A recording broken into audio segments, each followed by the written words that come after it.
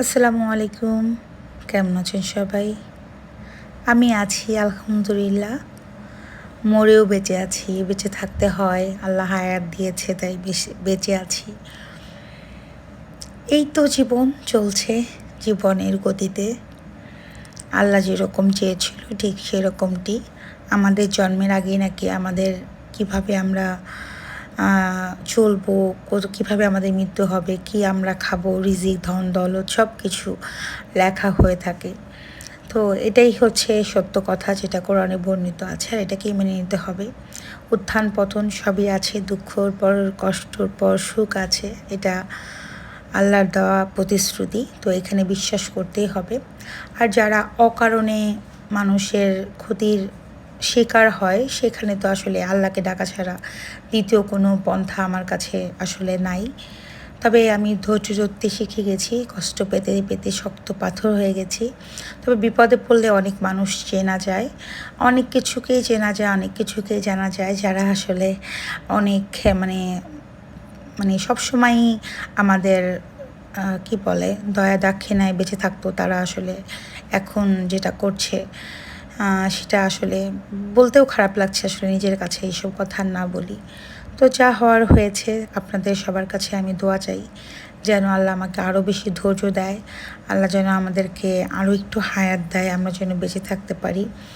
আল্লাহর জমিনের বুকে যেন যারা মানুষকে আসলে নিরপরাধ মানুষের বাড়িঘর, ব্যবসা, ধন সম্পত্তি যেভাবে কেড়ে নেয়, তারা যেরকম নিজেদেরকে ফকিরের মতো মানুষের কাছে আসলে জিম্মি করে টাকা পয়সা লুটপাট করে নিচ্ছে, মানুষের ঘর বাড়ি লুটপাট করে নিচ্ছে।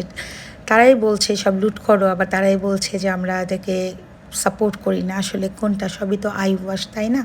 তবে বলবো দলের মধ্যে ভালো মন্দ সবই আছে। অবশ্যই দলের বেশ কিছু জিনিস খারাপ ছিল।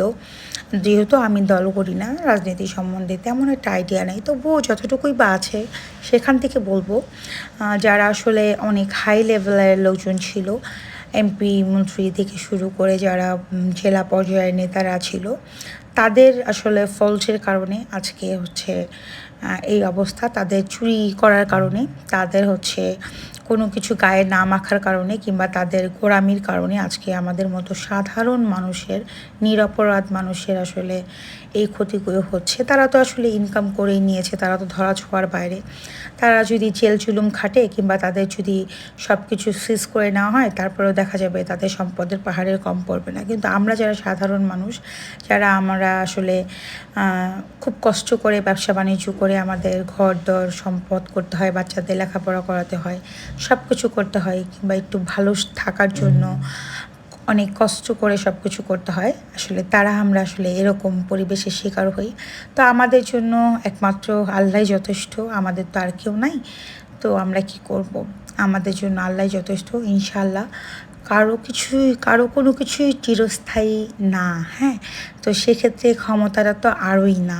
তো বিগত দিনের মানুষের দিকগুলো যদি তাকিয়ে দেখেন, তারা যেরকম চিরস্থায়ী ছিল না, তো ভবিষ্যতে এখন যারা আছে তারা হয়তো যে নির্যাতন, নিপীড়ন, লুটপাট, তারা মানুষকে মারা, গুম খুম, হত্যা, ব্যবসা বাণিজ্য, টাকা পয়সা, গহনাগাটি, কাপড় চোপড়, জামা কাপড়, এমন কিছু নাই যে তারা লুট করছে না। প্রতিনিয়ত আমি শুনছি আমার এটা এটা বিক্রি হচ্ছে, ওটা বিক্রি হচ্ছে, সেটা বিক্রি হচ্ছে। তারপরেও আসলে ধৈর্য ধরে রয়েছি। আসলে ধৈর্যর হয়তো আল্লাহ পরীক্ষা নিচ্ছে। এইসব মানে আল্লাহর উপরে আসলে ভরসা করে ধৈর্য ধরে, আল্লাহ বলেছে ধৈর্য ধরো। তো এটা আসলে, এছাড়া আসলে কিছু বলার নাই। এটাই শেষ কথা, যে যার কেউ নাই তার আল্লাহ আছে। তো এইটাই। তো আমি যদি কোনো ভুল বলে থাকি, তো আমারও বিচার আল্লাহ করবেন। তবে আমি যেহেতু কোনো অন্যায় করি নাই, আমার যেহেতু কোনো অপরাধ নাই, আমার যেহেতু কোনো রকম কোনো কিছু দল থেকে ইনকাম করা না, আমার যেহেতু কোনো রাজনৈতিক পোস্ট পদবি নাই, আমি যেহেতু দলের সাথে সম্পৃক্ত না, শুধুমাত্র ব্যক্তিগত ঈর্ষান্বিত হয়ে আমাদের ভালো চলা, ভালো পড়া, ভালো খাওয়া এগুলো দেখতে না পেরে কিছু কতিপয় লোকজনের উস্কানিতে আর এই কাজগুলো যারা করেছে, কিংবা যাদের মাধ্যমে হয়েছে, তারা সবাই অবাধে ঘুরে বেড়াচ্ছে, আমাদের জিনিসপত্রগুলো বেচে কিনে খাচ্ছে। তার ভাগ বাটোয়ারাও অনেক বড় মাপের লোকজনরাও পাচ্ছে, কিন্তু বলছে যে আমরা এগুলো করি না। তো কি বলবো বলেন, আল্লাহ তাআলা বিচার করবে। তাদেরও তো নিশ্চয়ই বাড়িতে সন্তান আছে, নাতিপুতি আছে, বউ আছে। আল্লাহ চাইলে কিভাবে কাকে কোথায় কোন পর্যায়ে নিয়ে যায় সেটা আসলে বলা যায় না। আপনারা তো হয়তো অতর্কিত হামলা করে মানুষকে এরকম ক্ষতিগ্রস্ত করেছেন। আল্লাহ চাইলে আপনাদেরকে হুট করে কত কিছুই করতে পারে, তাই না? একটা অ্যাক্সিডেন্ট, একটু হার্ট ব্লক, হয়তো একটা স্ট্রোক, হয়তো আপনার বাচ্চাটা ভালো রাতেরবেলা ঘুমিয়ে থাকলো, সকালে উঠে দেখলেন যে না, এমন অসুস্থ আর বাঁচবেই না, এরকম। তো আল্লাহর ইচ্ছাটা আসলে অন্যরকম। মানুষের দীর্ঘশ্বাস, মানুষের চোখের পানি জায়নামাজে বসে ফেলা, এটা যে কত দূর ভয়ঙ্কর, এটা আসলে আপনারা হয়তো জানেন না। যেহেতু আমার সব কিছুই অনেক কষ্টের করা, অনেক অনেক কষ্ট করেই করা, তিল তিল করেই করা। তো এগুলো নিয়ে অনেক লেম ক্লাসের লোকজন, কিছু মহিলা, কিছু মেয়ে, কিছু অসভ্য কোয়ালিটির মহিলা যারা আসলে কোনো ক্লাসের মধ্যে বিলং করে না, দেখা যায় যে জামাই টামাইরা রাস্তাঘাটে ঘুরে আসলে সিগারেট বিড়ি বিক্রি করে, কিংবা তারা মানুষের বাড়ি বাড়িতে খাবার দাবার নিয়ে আর কি সেল করে। এটা তো কোনো ক্ষতির কিছু না, কাজ করে খেতেই পারে, কোনো কাজই ছোটো না, এটা আমি বলবো।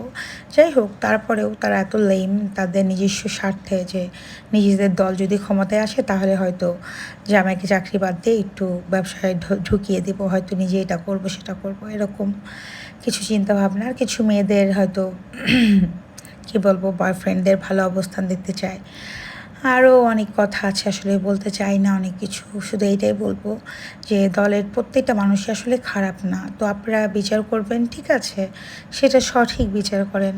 যারা আসলে দেশকে লুটপাট করেছে, যারা দেশের টাকা মেরে খেয়েছে, যারা দেশ থেকে টাকা পাচার করেছে, কিংবা যারা অন্যায় করেছে, অপরাধ করেছে, তাদেরকে খুঁজে খুঁজে পানিশ করেন, কিংবা মামলা দিবেন, এটাও ঠিক আছে। কিন্তু নিরপরাধ মানুষের বাড়িঘর লুট করানো, এ কেমন কথা?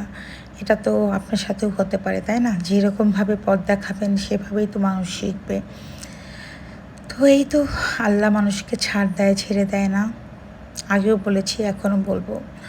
তো শূন্য থেকেই আসলে গড়তে আমি শিখেছি। আমার বাড়িতে এই নতুন না, এর আগেও এক লোক আমার বাড়ির সম্পূর্ণ বাড়ির সুইচ থেকে শুরু করে এবারও যেটা করেছে, বাথরুমের ট্যাপ, বেসিং, কি বলে, কমোড, সুইচ, ফ্যান যেরকম খুলে নিয়ে গেছে। এর আগেও এক লোক এভাবে লুটপাট করেছে, সেই লোকের সাথে জড়িত আমি জানি, খবর পেয়েছি ওতপ্রোতভাবে।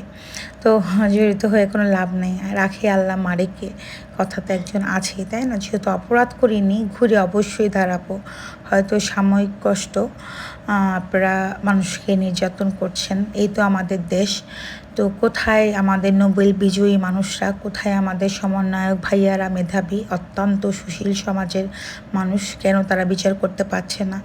কেন, কোথায় সে আমাদের সেনাবাহিনী ভাইয়েরা, যাদেরকে আমি অসংখ্যবার ফোন দিয়েছি, হোয়াটসঅ্যাপ করেছি, আমার সব ভিডিওগুলো দিয়েছি, তারপরেও তারা নিশ্চুপ। বেশ কিছু জায়গায় হয়তো ভালো ভূমিকা দেখিয়েছে, যেখানে তাদের হয়তো কোনো স্বার্থ ছিল। এছাড়া আমি কোনো ভালো কিছু দেশে দেখতে পাচ্ছি না। সব জিনিসের দ্রব্যমূল্যের দাম আকাশ ছোঁয়া, কঠিন অবস্থা, জানি না কি হবে। তো আপনাদের কাছে দোয়া চাইলাম, দোয়া করবেন। আর যদি পানিশ দিতেই হয় তাদেরকে দিবেন যারা আসলে দেশটাকে আজকে এ পর্যায়ে নিয়ে গেছে। বলবো না যে দেশের সবগুলো মানুষই ভালো, দেশের সবগুলো কাজই ভালো, ভালোও যেরকম আছে মন্দও সেরকম আছে। তো আপনারা তো আর ভালো রূপটা দেখালেন না, আপনারা তাদের চেয়েতেও মন্দ রূপটা দেখিয়ে দিলেন।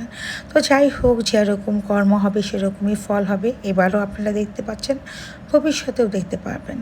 তো এটাই হচ্ছে কথা, যেমন কর্ম তেমন ফল, এটাই মনে রাখবো। আর আল্লাহ কাউকে ছাড় দেয় কিন্তু ছেড়ে দেয় না, আল্লাহর বিচার আছে, যার কেউ নাই তার আল্লাহ আছে। তো এটাই বিশ্বাস করি, আল্লাহ ধৈর্যশীলকে পছন্দ করে। আল্লাহর জন্য ধৈর্য ধরবো, আমার ধৈর্য ধরা ছাড়া কিছু করার নাই। আর আপনাদের কাছে দোয়া চাইবো, দোয়া করবেন, পাশে থাকবেন, সাপোর্ট দিবেন। আল্লাহ হাফিজ।